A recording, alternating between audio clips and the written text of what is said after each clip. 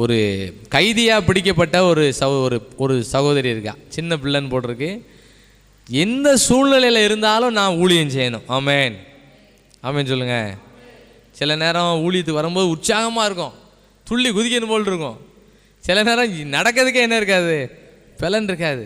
சில நேரம் இன்னும் ஜோம் பண்ணணும்னு ஆசையாக இருக்கும், சில நேரம் ஆசையாக இருக்காது. அதுதான் போட்டிருக்கு, எந்த சூழ்நிலையில் இருந்தாலும் நான் மன ரம்மியமாக இருக்க கற்றுக்கொண்டேன். இவங்களோட இந்த சின்ன பிள்ளை நல்ல ஊழியம் செஞ்சுது, நம்மளும் நல்ல ஊழியம் செய்யணும். ஆமென். வாசிப்போம் 2 ராஜாக்கள் 5ஆம் அதிகாரம் 2-3 2வது வசனமும் 3வது வசனத்தை வாசிக்க போகிறோம். சீரியாவிலிருந்து தண்டுகள் புறப்பட்டு ஒரு சின்ன பிள்ளைய சிறை பிடிச்சிட்டு வந்துட்டாங்க.